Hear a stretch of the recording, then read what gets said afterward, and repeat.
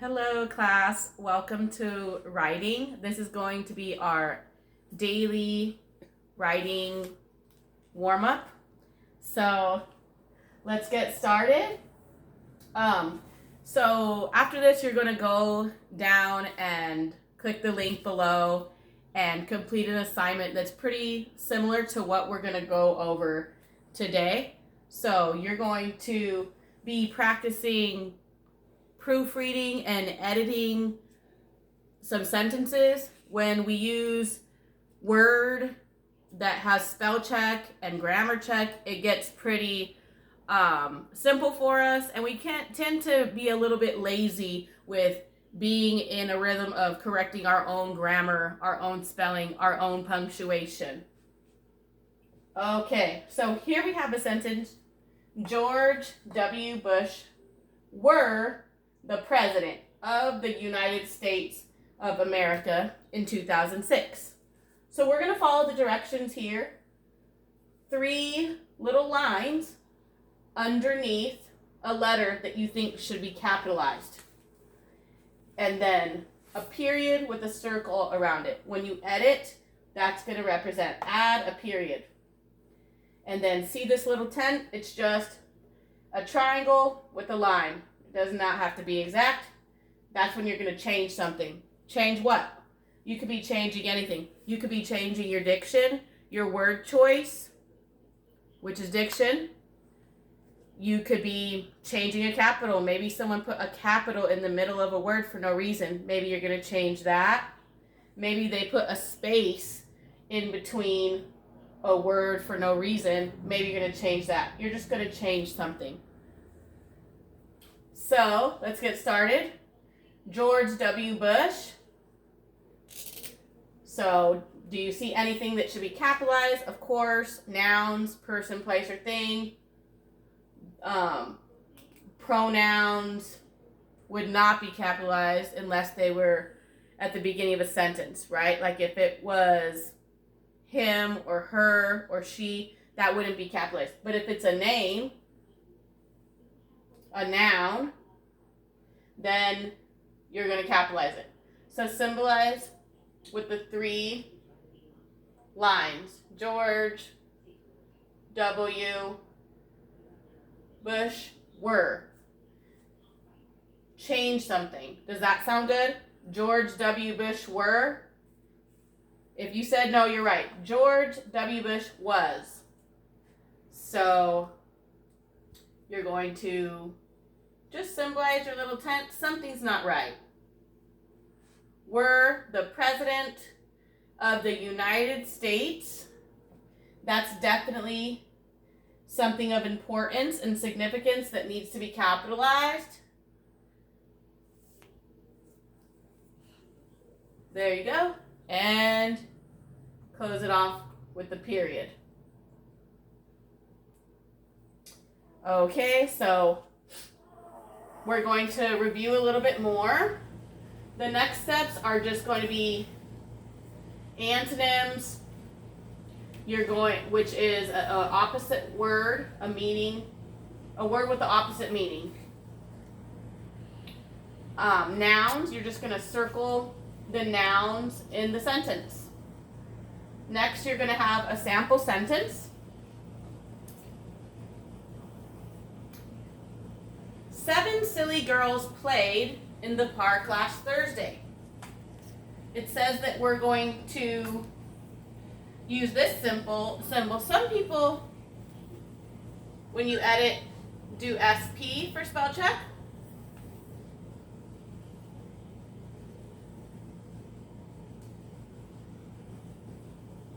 In this case, you're going to just circle. Spelling error.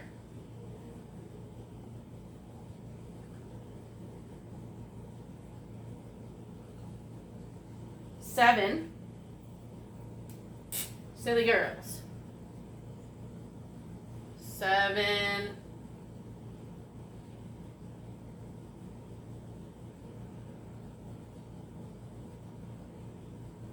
silly girls played in the park. Played in the park. Okay. So you would just then circle whatever spelling error that you found. So keep in mind, you should be we're practicing these skills because when you're writing, you should be catching your own mistakes and making your own mistakes so that you could mark that on the draft and make sure to make those changes in your final. So we just circle 7.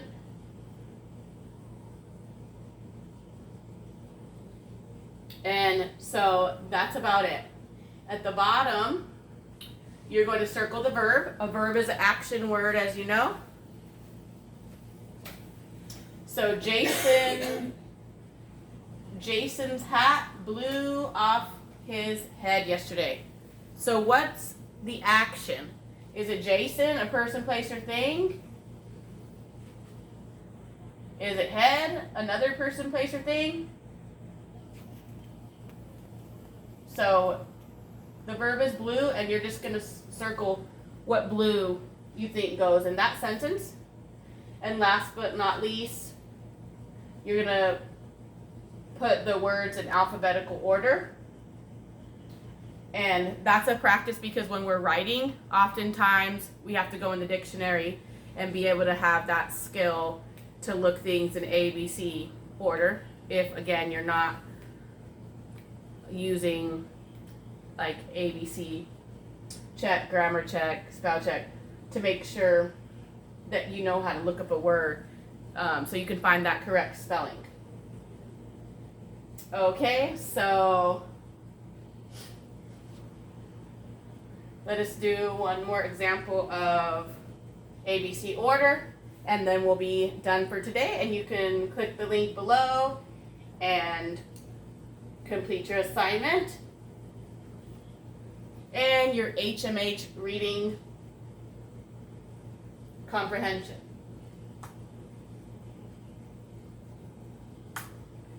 Okay.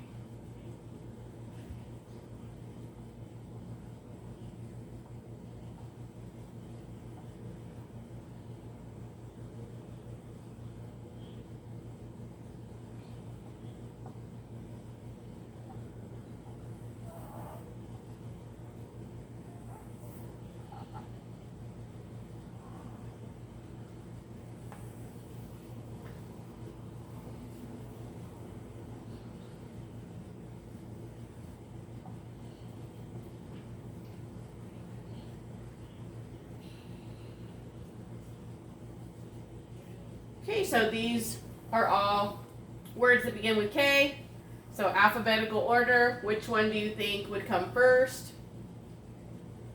So obviously you're going to go after K because these are all the same. If they were different, then we might have alligator come first, then Betty, but they're all K. So next, kangaroo obviously is going to go first. Now you have 2 words that begin with E. So what should you do?